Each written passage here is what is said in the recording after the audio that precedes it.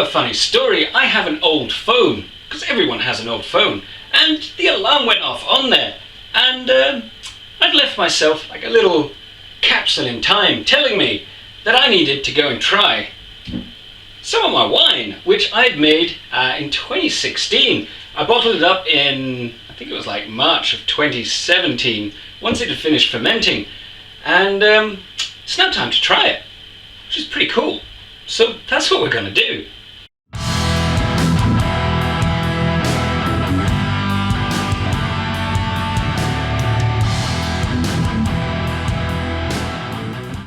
Hello homebrewers and welcome! So, I've got myself some of the top shelf blackberry and elderberry wine that I created in 2016. That was when I did the first video. And it's been sitting away doing not a lot, and it's time to try it. Oh yes, because now it's been aged and it won't have that sort of tannic taste. It should be a really good wine, but there's only one way to find out. That's to crack it open. Wow. So you may not have heard of the video. It is an old video. It was done on a very cheap version of one of these, because it's what I had, like a little GoPro, but not a GoPro. And yeah, it was okay. I watched the video and it kind of made me cringe. I've come on a long way, still a long way to go, but still, enough of that. Let's get to the wine. That's what we're interested in. So let's give it a crack. It's been sitting doing not a lot. Oh, that smells good.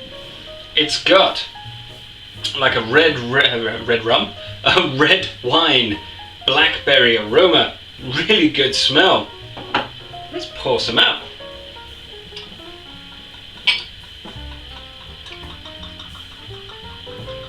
Got to have a proper glass. Though I don't have any wine glasses. Oops, such a shame. So this is what it looks like. It is a beautiful, dark, full-bodied red. No preservatives added, nothing like that. Because, as you know, I prefer not to use them. Not because I'm worried about chemicals, it's just I don't like the taste.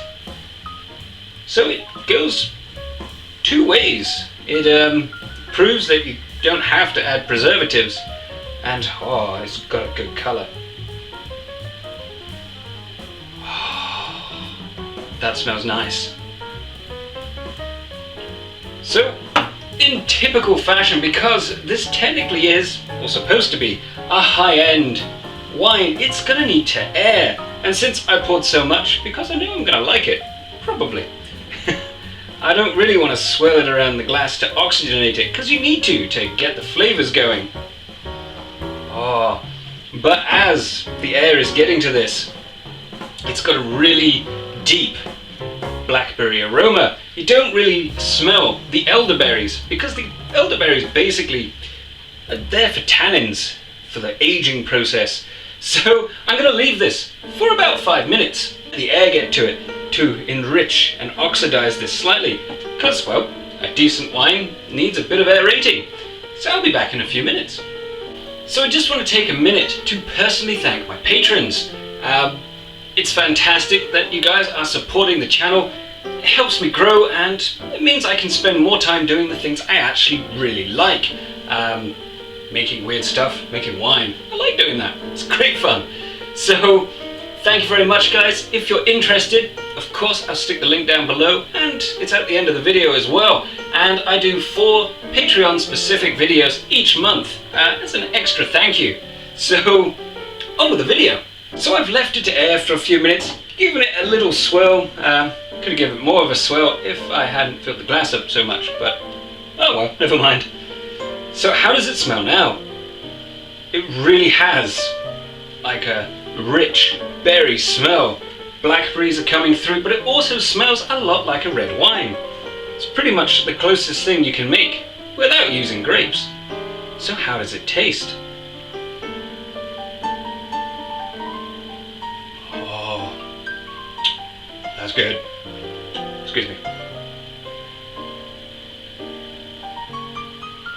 Okay, so it has berries, and there is a little bit of elderberry in there, but the tannins, they've settled out. you've got that slight drying effect that you get when you have a decent wine. Also, as you're swallowing it, you get a taste of red wine. The berries disappear and it tastes like a good wine. Makes your mouth salivate. It is really good. Unfortunately, you have to wait. I made this in 2016, it's now 2018. So that's basically, all in all, it was a year of pure aging, but a year and a half to get it to this stage, and it will get better. But I can't wait any longer. There's some tasty stuff. Oh.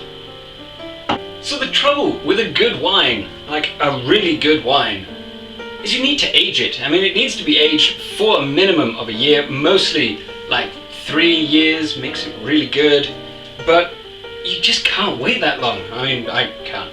I never have enough left over, unless you make it in vast quantities. Whoops, I'm gonna have to do that. But this is really good.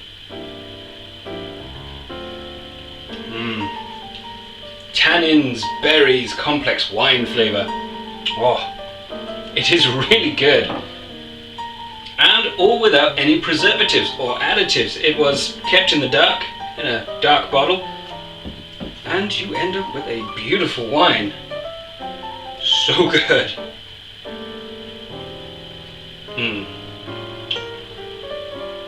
In my opinion, well worth the wait. So now we've got the tasting done. I mean, it's good. It's darker than dark, clear, no sediment. It smells beautiful.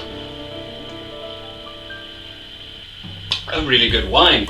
But if you want to see that video, I will stick the links at the top so you can see it. But don't worry if you don't want to, because it is an old video and I cringed myself. I'll be doing a load of blackberry wine videos this year, because I ran out of my secret blackberry wine. I only had a few YouTube bottles, so I'm gonna bring you along for the ride, and we're gonna make a few different types, from the sweet ones to an almost red wine, using nothing but blackberries. So I hope you join me for that. So I hope you enjoyed the video. It's given you some ideas and some inspiration to get blackberry picking. And check out some of the videos, and of course, subscribe if you feel like it. I'm gonna enjoy this wine. So, carry on homebrewing, guys. Catch you later. This is so good.